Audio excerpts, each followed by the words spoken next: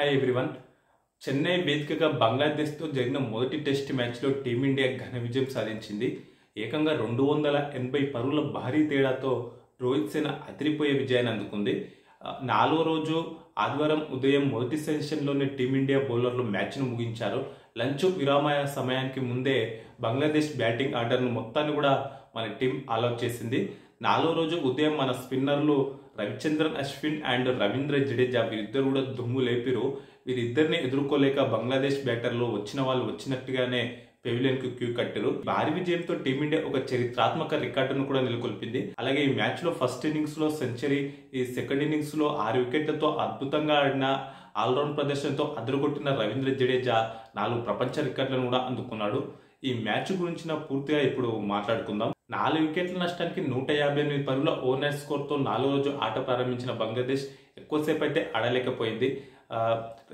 Crease లో ఉన్న captain షాంటో and షక్బుల్ Hasan మరో 36 పరుగులు జోడించిన తర్వాత 194 పరుగుల వద్ద బంగ్లా స్కోర్ ఉండగా ఈ భాగస్వామ్యాన్ని senior spinner Ravichandran Ashwin break చేసిండు.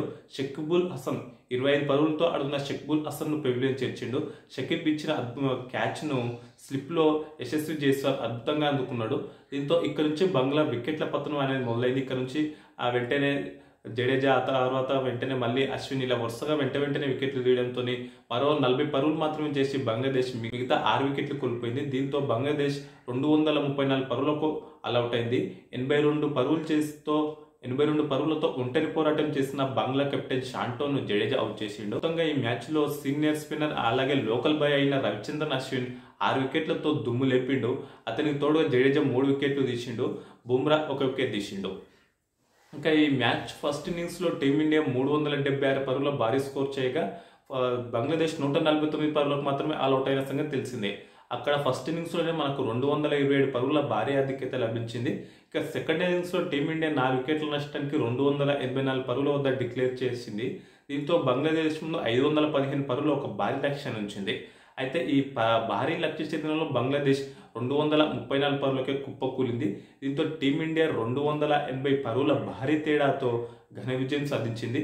అటు ఫస్ట్ ఇన్నింగ్స్ లో సెంచరీ, సెకండ్ ఇన్నింగ్స్ లో 6 వికెట్లతో ఆల్రౌండ్ ప్రదర్శన కనబరిచిన లోకల్ బాయ్ రవిచంద్రన్ అశ్విన్ కు player of the match award దక్కింది. అయితే బంగ్లాదేశ్ పై సాధించిన ఈ విజయంతో భారత్ ఒక చరిత్రాత్మక రికార్డును నెలకొల్పింది. అదేంటంటే అంతర్జాతీయ టెస్ట్ క్రికెట్ లో బంగ్లాదేశ్ జట్టుపై పరుగుల పరంగా భారత్కి ఇదే అతిపెద్ద విజయం. ఇక రవిచంద్రన్ అశ్విన్ అయితే 4 రికార్డులను నెలకొల్పిండు. ఈ మ్యాచ్ సెకండ్ ఇన్నింగ్స్ లో అశ్విన్ 6 వికెట్లు పడగొట్టిన సంగతి మనకు తెలిసిందే. దీంతో అంతర్జాతీయ టెస్ట్ క్రికెట్ లో అత్యధిక వయసులో 5 వికెట్లు తీసిన బౌలర్ గా అశ్విన్ రికార్డు నెలకొల్పిండు. ఎందుకంటే ప్రస్తుతం అశ్విన్ వయసు 38 సంవత్సరాలు. అలాగే మరో రికార్డు విషయానికి వస్తే, అలాగే ఓవరాల్ గా తన టెస్ట్ కెరీర్ లో అశ్విన్ కి ఇది 37వ 5 వికెట్ల హాల్. దీంతో అంతర్జాతీయ టెస్ట్ క్రికెట్ లో అత్యధిక 5 వికెట్ల హాల్ తీసిన బౌలర్ల జాబితాలో అశ్విన్ 2వ స్థానానికి చేరుకున్నాడు. ఈ క్రమంలో సేమ్ 37 సార్లు 5 వికెట్ల హాల్ తీసిన ఆస్ట్రేలియా మాజీ స్పిన్నర్ షేన్ వాన్ తో కలిసి ప్రస్తుతం అశ్విన్ 2వ స్థానంలో సమంగా ఉన్నాడు. అయితే 67 సార్లు 5 వికెట్ల హాల్ తీసిన శ్రీలంక మాజీ బౌలర్ ముత్తయ్య మురళీధరన్ ఈ జాబితాలో మొదటి స్థానంలో ఉన్నాడు. ఇక ఈ మ్యాచ్ లో తీసిన వికెట్ల ద్వారా తన టెస్ట్ కెరీర్లో అశ్విన్ 522 వికెట్లు పూర్తి చేసుకున్నాడు. దీంతో ఓవరాల్ గా అంతర్జాతీయ టెస్ట్ క్రికెట్ లో అత్యధిక వికెట్లు తీసిన బౌలర్ల జాబితాలో అశ్విన్ 8వ స్థానానికి చేరుకున్నాడు. ఈ క్రమంలో వెస్టిండీస్ మాజీ ఆటగాడైన కోర్నే ఆండ్రూ వాల్స్ రికార్డును అశ్విన్ బ్రేక్ చేసిండు. వాల్స్ 519 వికెట్లు తీయగా అతన్ని అధిగమించి అశ్విన్ 8వ స్థానానికి చేరుకోగా ప్రస్తుతం వాల్స్ 9వ స్థానానికి పడిపోయిండు. ఇంకా ఇది అంతేకాకుండా ఇక్కడ తీసిన 6 వికెట్లతో తన అంతర్జాతీయ కెరీర్ లో అన్ని ఫార్మాట్లలో కలిపి అశ్విన్ 750 వికెట్లను పూర్తి చేసుకున్నాడు. టెస్టుల్లో 522 వికెట్లు, వన్డేల్లో 156 వికెట్లు, టీ20లో 72 వికెట్లు తీసిండు అశ్విన్ ఇప్పటి వరకు.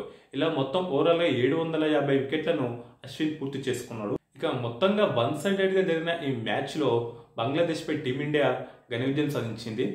ఇక మొదటి ఇన్నింగ్స్ లో అశ్విన్, రవీంద్ర జడేజా, జైస్వాల్ అద్భుతంగా బ్యాటింగ్ చేయగా బూమ్రా, మన పేసర్ బూమ్రా, ఆకాష్ దీప్, జడేజా వీళ్ళు అద్భుతంగా బౌలింగ్ చేసిరు. ఇక సెకండ్ ఇన్నింగ్స్ లో పంత్ అండ్ గిల్ సెంచరీలతో చెలరేగా ఇక బౌలింగ్ లో అశ్విన్ అండ్ జడేజా సత్తా చట్టిరు. మొత్తంగా ఈ మ్యాచ్లో అయితే టీమిండియా అద్భుత విజయం సాధించి WTC పాయింట్స్ టేబుల్లో తమ అగ్రస్థానాన్ని మరింత పదిలం చేసుకుందనే చెప్పుకోవాలి. ఇక రెండు జట్ల మధ్య రెండో టెస్ట్ మ్యాచ్ ఈ నెల 27 నుంచి కాన్పూర్ వేదికగా జరగనుంది. ఇక ఈ టెస్ట్ మ్యాచ్ గురించి మీరేమనుకుంటున్నారో కామెంట్ చేయండి.